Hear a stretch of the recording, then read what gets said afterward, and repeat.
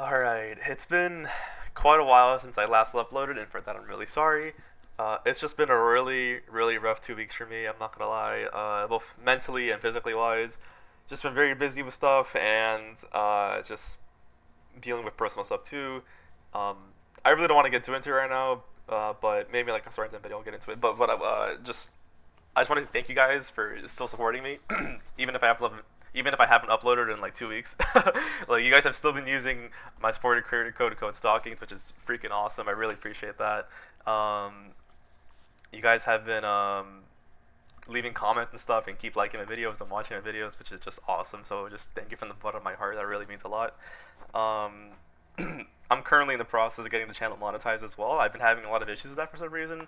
I don't know why. I'm trying to solve things right, but regardless, thank you guys personally, genuinely. And I'm probably just gonna do like a quick little constructor video or whatever to do this 160 mission on my own. But what I do want to go over real quick is the fact that the season is actually ending in like a week and a half.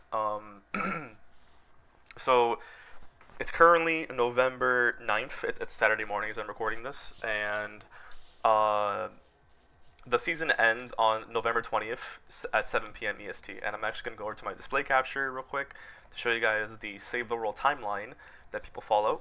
As you see right here, November 13th, we're getting the Metal Marauder in the third rail, and then November 20th is when the new season starts, where we get holiday llamas, right? We get a new venture season being the Frozen Fjords, and we get stuff like Sub-Zero Zenith in the shop, the Sliceable, Crackshot Quest, Ice King Quest, or Frost Knight. Like, it's going to be a big season, guys, right? So, before we get into that, I do want to tell you guys my personal recommendations that you should pick up from the shop, right? And if you're like a newer player and don't have that much gold to spend, I'm gonna tell you straight up like what you should buy.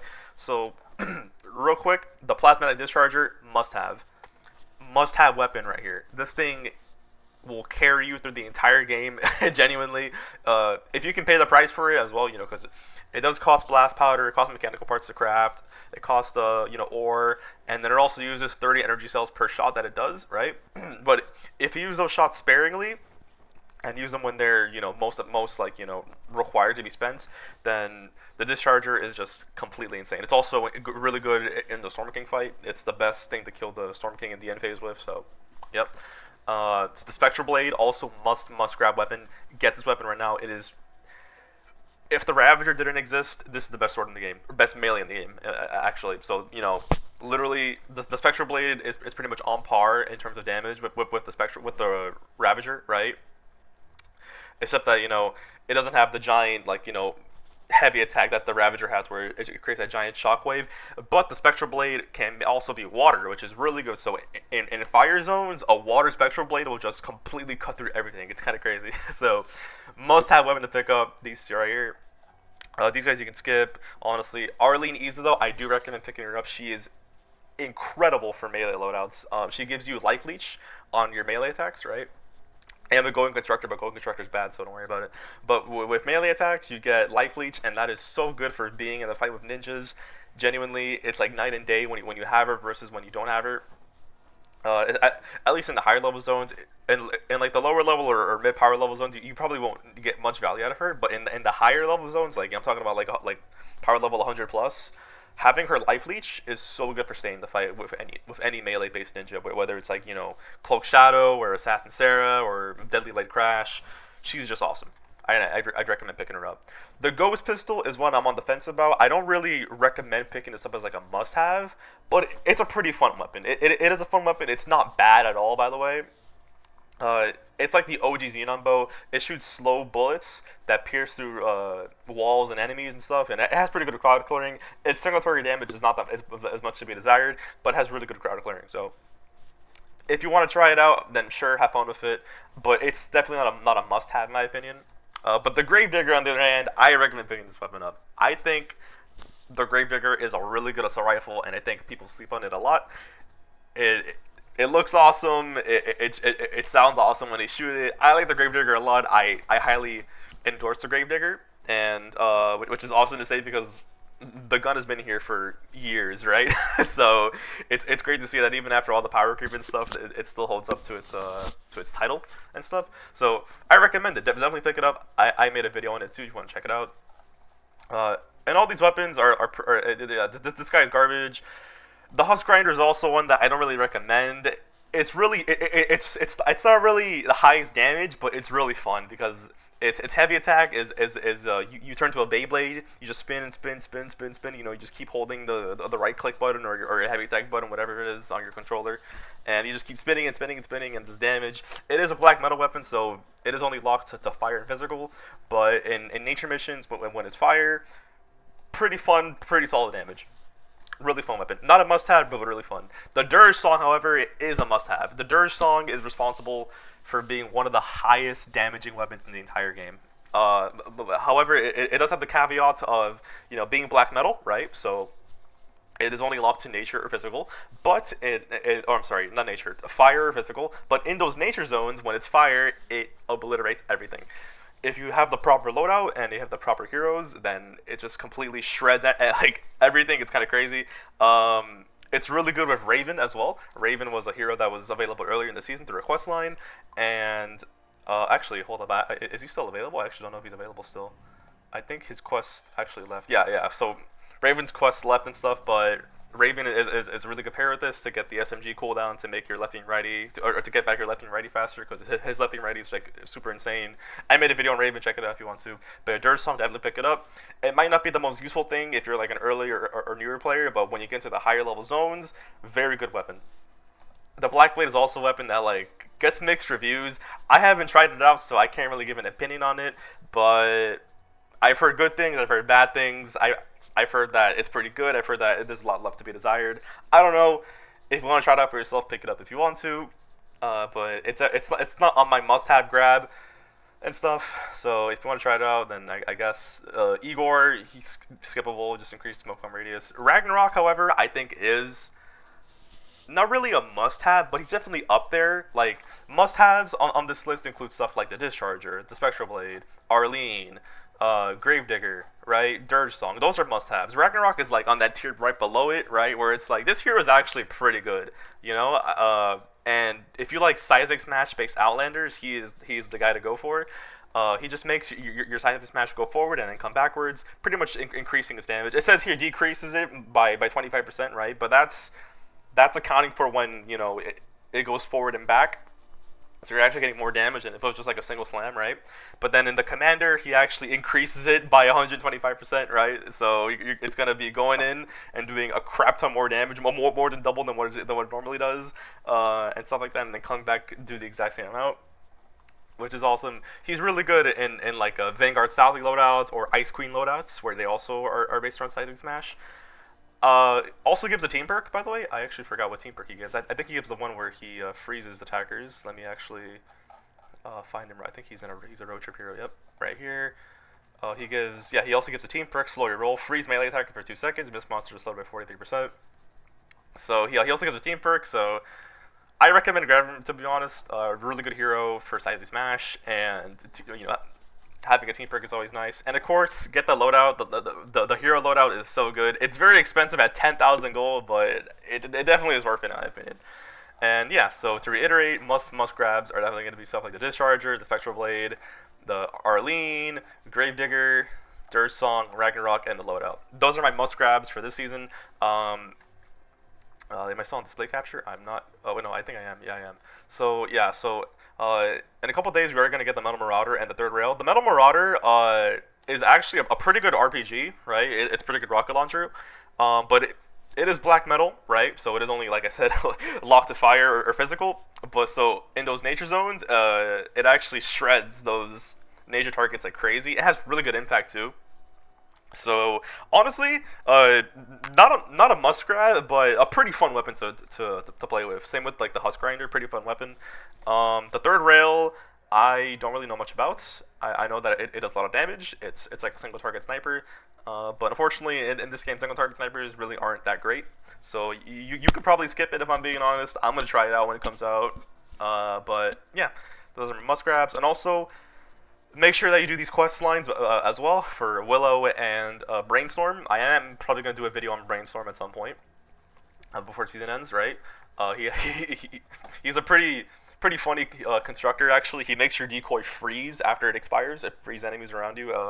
It makes the decoy freeze enemies around it after it expires. So, you know, it's pretty good for decoy stalling. So I will make a video about that soon. And Willow's like okay. She's like alright. It's not anything crazy. She makes you do more ability damage when you're low HP and stuff. Not my favorite hero, but you know, definitely one to you know, just pick her up anyways, because you know it's a free hero, you know, so yeah. So yeah, I'm in the mission right now, and I kind of just want to just, you know, chit chat and stuff. Yeah, this is a 160 Ride the Lightning that I'm doing by myself right now, and built some tunnels and stuff. They built a block off here, but apparently this guy thinks he's funny, as most of them usually do. Just patch that up so that none of them come through there. I'll just keep shooting the blaster with the Xenon bow. Okay, well, I guess I caught the attention of a lot of them. But yeah, the traps were doing good. I built some generic tunnels that I always build in my videos and stuff. Oh yeah, we're just luring them in here. And one hero I actually forgot to include was Warding Kyle. I actually included Demolitionist Penny instead for the extra explosion damage. I am lagging right now, so that is kind of lame. There we go, we're okay. And just patch this up again. It's fine if a couple get through, really. It's just a bunch of little dudes that don't really do anything. Yeah, this is the main tunnel. I did some timeout tunnels and stuff. Just killing some of these regular husks. Kill this husky. I've been really liking the double boiler a lot, actually. It's a really powerful shotgun. But the hit registration in this game is a bit weird sometimes.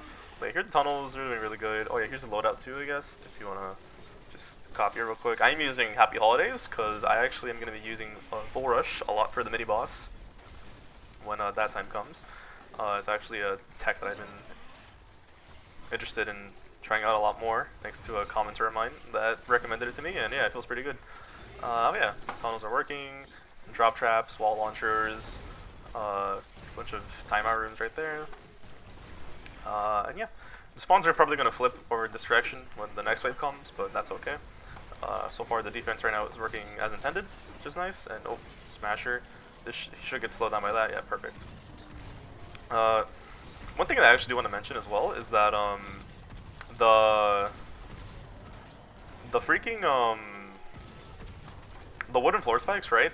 They slow for 6 seconds after a husk touches them, right? So that is 6 whole seconds that they get slowed by 30% for, which is awesome. And I mentioned this in my videos before, but that does stack with Ice King as well. So Ice King, whether it's in support or commander, he gives you the exact same bonus of snare, but by 15%. That with the 30% snare for 45% snare in total is absolutely insane. I mean, like you guys saw how slow that Smasher was running when he was on the tiles there, which is crazy. I think I heard another Smasher. Here he is. Yeah, look how slow he's running. It's actually insane. He actually bumped his head into the metal wall there, which is annoying. That's fine. He gets stunned like that. No, he's about to despawn. He was like, watch. He's gonna get tarred, and then he's just gonna despawn because the wave's gonna end. yeah. That was a pretty good tunnel. I kind of wanna. Normally, I showcase like the type of tunnels that I build and stuff, or how I trap, but I don't know. They take a lot of time to actually go through, and I wonder, like, just tell me, like, do you guys actually enjoy like watching me go step by step, like, you know, building the tunnels one by one, or do you just like it when I get to the gameplay and show the actual defense and stuff? Because honestly, either format works for me. I just want to know what's piques your guys' interest and stuff. So yeah. All right, wave 2 is starting, and yeah. Kind of as I predicted, there's going to be a wave coming over here, but we got pretty much like the same wave, the same spawn over in this end angle. So that's pretty good. Oh yeah, this side should be good. I do want to pay attention to this angle over here though. I put just some tire traps and broadsides and freeze traps, so this should be good. I both put a couple wall darts here, right here. So yeah, the double boiler is good, by the way, because I really enjoy just like shooting them, getting the kill, and my double boiler has this steam cloud perk, right, where whenever I kill an enemy, it activates that cloud of steam that activates every 5 seconds. It does so much damage, guys. Like, it's actually insane how much damage the steam cloud does. Whenever Any house that walks through there, it's like these are huskies and they're taking so much damage from it, which is kind of cool. Yes, this is going over here. Yeah, the timeout rooms also are just amazing. I've been using them a lot more recently as well. And then any stragglers you would just pick off. But yeah, when the mini boss comes, I am gonna be trying to use Bull Rush to stall out the mini boss as much as possible. Or this guy, I don't know how this guy got in here. But yeah, Bull Rush to stall the mini boss out as much as possible, or just Discharger it if it's a Smasher. Smasher just walk through the entire thing. It's kind of funny. I'm just gonna zap this guy away. Now that the Discharger is officially back in the shop, I feel zero shame. Oh, okay. So yeah, we got a Smasher here. It is Ricochet, so I do have to do some extra measures right here and just kamikaze myself. Yeah. So now that the Discharger is back in the shop officially, you should definitely pick it up, like how I mentioned before. I highly recommend picking this up. It is a must-have weapon, in my opinion. You should definitely not be skipping out on it. You just zap them like that, and Smasher is dead. It's kind of funny. So yeah, that is why the Discharger is good. I just completely killed a power level 254 player Smasher with ease, like so. I see another Smasher over here. You just just do them like this. It actually does get stopped on Riot Husky shields from what I've seen, which is pretty cool actually. So that is a neat little feature. And then we just Bull Rush this. Another couple more zaps right here. So yeah, the Discharger bubble actually does stop on Riot Husky shields, which is a thing that I noticed. So yeah, keep that in mind whenever you're shooting through a tunnel like that. The orb is probably going to get caught on. It's probably going to get caught by the Husky shield. But yeah, we can just kill an enemy, get that steam cloud going with the double boiler like I mentioned before. Bull Rush these guys back. Oh, there's a Smasher right there. He's probably gonna break the wall actually. Okay, not quite actually. Let's see how long it takes me to kill this guy with just the double boiler. Maybe the Zapper can help a little bit too. Like so. He's breaking the wall. Unfortunate. That's fine though. We killed the Husky. He should die to the steam cloud actually, which is funny. Okay, maybe not. One more bullet, there we go. Or rather slug, it shoots slugs, which is pretty nice. And yeah, that's honestly should be like the whole mission done if I'm being honest. Okay, hold on, let me not get too ahead of myself.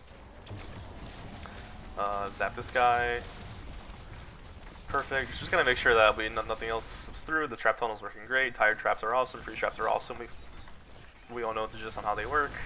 And yeah, so let me know if you guys like this format better, where I just kind of just like walk or just I just kind of just instantly do the mission and stuff. I think you guys would prefer if I go step by step and stuff, because that's what I've been doing for so long, and that's how I just got like most of my subscribers in the first place.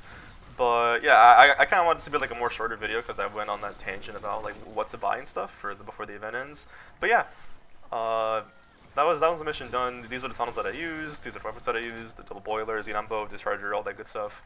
And yeah, if you want to support me in the item shop, use code STOCKINGS. It really means a lot. I generally appreciate all of you supporting me and stuff, even when I was gone for a while. But yeah, code STOCKINGS. Like, comment, subscribe. And yeah, watch my other videos. If you're new here, check out other stuff. And yeah, hope you guys take care of yourselves. Enjoy your weekend, by the way. I'm going to upload the same day as I recorded on the Saturday morning. So yeah, enjoy your weekend. Take care of yourselves. Stay tuned for more content. And bye-bye.